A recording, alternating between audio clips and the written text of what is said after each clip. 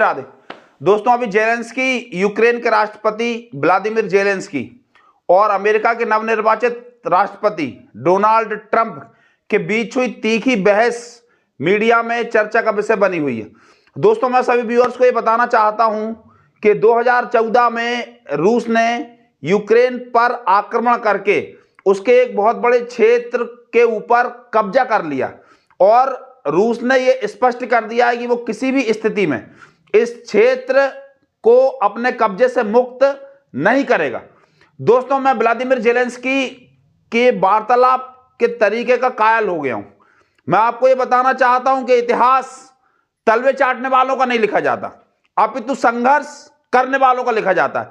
जिस तरह से व्हाइट हाउस में घुसकर जेलेंस्की ने इस अन्यायपूर्ण रवैये का विरोध किया है, वो काबिल तारीफ है और उन्हें आने वाले भविष्य में एक महानतम नायक के रूप में स्थापित करके ही रहेगा। दोस्तों, हो सकता है यूक्रेन हार जाए, किंतु याद रखिए, गिरते हैं सहसवारी मैदान जंग में, वो तिफ्न क्या गिरें जो घुटनों के बल चलें। जेलेंस्की के आते से ही उनके कपड़ों के ऊपर आक्रमण करना, उसके बाद में ये पूछना कि आपके पास में कोई सूट है या नहीं है, जबकि अमेरिकी पत्रकार ये जानते हैं कि इस समय यूक्रेन युद्ध में उलझा हुआ है, उसके बावजूद इस तरह की फूहड़ बातें करना। और उसके बाद ट्रंप का एक तानाशाही रवैया, जिसका आज तक कोई भी देश विरोध नहीं कर पाया। कोई कहता कुछ भी रहे, डींगे कुछ भी मारता रहे, किंतु इस तरह से स्पष्ट और साफ गोई के साथ अन्याय का विरोध करना काबिल तारीफ है। आइए देखते हैं हम किस तरह से उन दोनों की वार्तालाप हुई और ये अब आगे क्या रंग लाएगा। किंतु आप इस बात को निश्चय जानिए कि विजय अंत में सत्य और धर्म की ही होगी। कृपया वीडियो को लाइक और चैनल को सब्सक्राइब करना बिल्कुल भी ना भूलें। Radhe Radhe. Disrespectful to the country, this country, that's back to you. Your country's in big trouble. Can I Wait a minute. No, you've done a lot of talking. That was with a guy named Biden, who was not a smart person. That was with Obama. It was your president. Excuse me.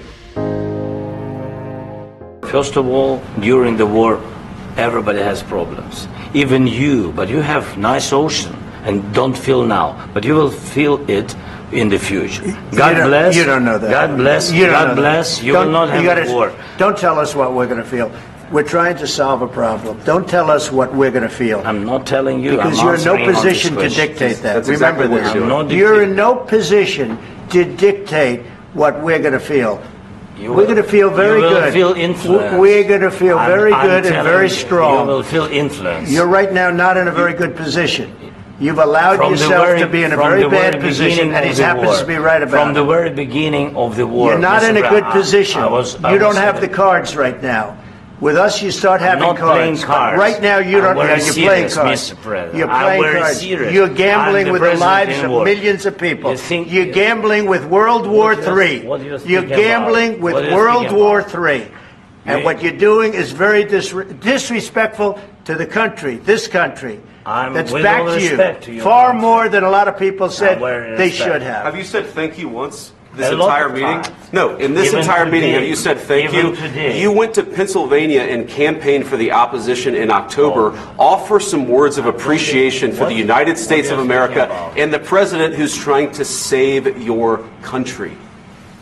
Please, you think that if you will speak very loudly about the war, you can... He's not speaking loudly. He's not speaking loudly. Your country's in big trouble. Can I Wait a minute. No. You've done a lot of talking. Your country is in big trouble. I know. You're not winning. You're not winning this. You have a damn good chance of coming out okay because of us. Mr. President, we are staying in our country, staying strong from the very beginning of the war. We've been alone, and we are thankful. I said thanks you haven't in been this alone. cabinet, you and haven't not been only alone. in this cabinet. We gave you, through this stupid president, $350 billion.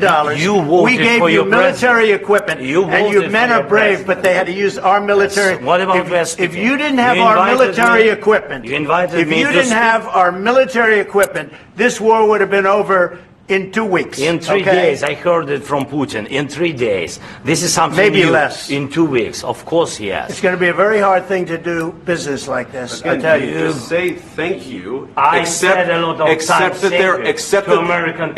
there are disagreements, and let's go litigate those disagreements rather than trying to fight it out in the American media when you're wrong. We know that you're wrong. But you see, I think it's good for the American people to see what's going on. I understand, sir. I think it's very important. That's why I kept this going so long. You have to be thankful. You don't have the cards. Thankful. You're buried there. Your people are dying. You're running low on soldiers. Listen, you're running low on soldiers. It would be a damn good thing. And then you tell us, I don't want a ceasefire. I don't want a ceasefire. I want to go and I wanted this.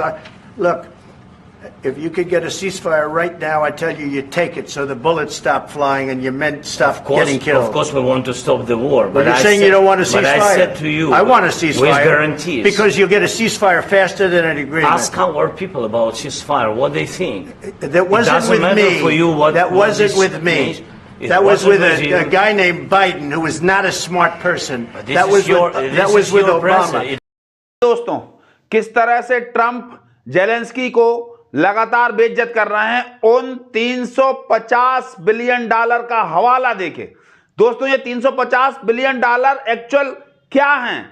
ये कोई America ने Zelensky के खाते में जमा नहीं कर दिए, ना कि यूक्रेनियन लोगों के बैंक अकाउंट में दे दिए उनको फल खाने के लिए। ऐसा नहीं है। ये 350 डॉलर की मदद जो अमेरिका के द्वारा की गई है, ये सैनिक साजो सामान की मदद है। आप इस गणित को, इस चक्र को, इस कुचक्र को ध्यान से समझने का प्रयास कीजिए कि 350 बिलियन डॉलर का साजो सामान, रक्षा उपकरण अमेरिकी कंपनियों ने यूक्रेन को बेच दिए, जिसका कर्जा यूक्रेन आने वाले 100 वर्षों तक अदा करेगा, जिसकी धौंस राष्ट्रपति ट्रंप के द्वारा दी जा रही है और जेलेंस्की को लगातार जलील किया जा रहा है। यहां पर मैं आपको यह बता देना चाहता हूं कि 2014 में जब रूस ने आक्रमण करके यूक्रेन के एक बहुत बड़े भूभाग पर अधिकार कर लिया था, उसके बाद एक समझौता हुआ था, जिस समझौते का उल्लंघन इस अवधि में 2014 से 22 के बीच में रूस के द्वारा 25 बार उस युद्ध विराम का उल्लंघन किया जा चुका है।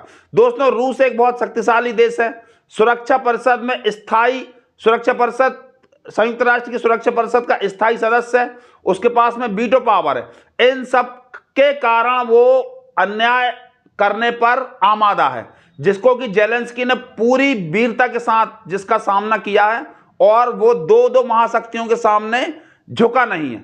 मैं उसे सादर नमस्कार करता हूं। इसके साथ ही साथ अपने व्यूअर से कहना चाहता हूं कि मर्यादा के चीरहरण पर जो चुप पाए जाएंगे, द्रोण हो या पितामह भीष्म, सबके सब मारे जाएंगे। कृपया वीडियो को लाइक और चैनल को सब्सक्राइब अवश्य करें। राधे राधे।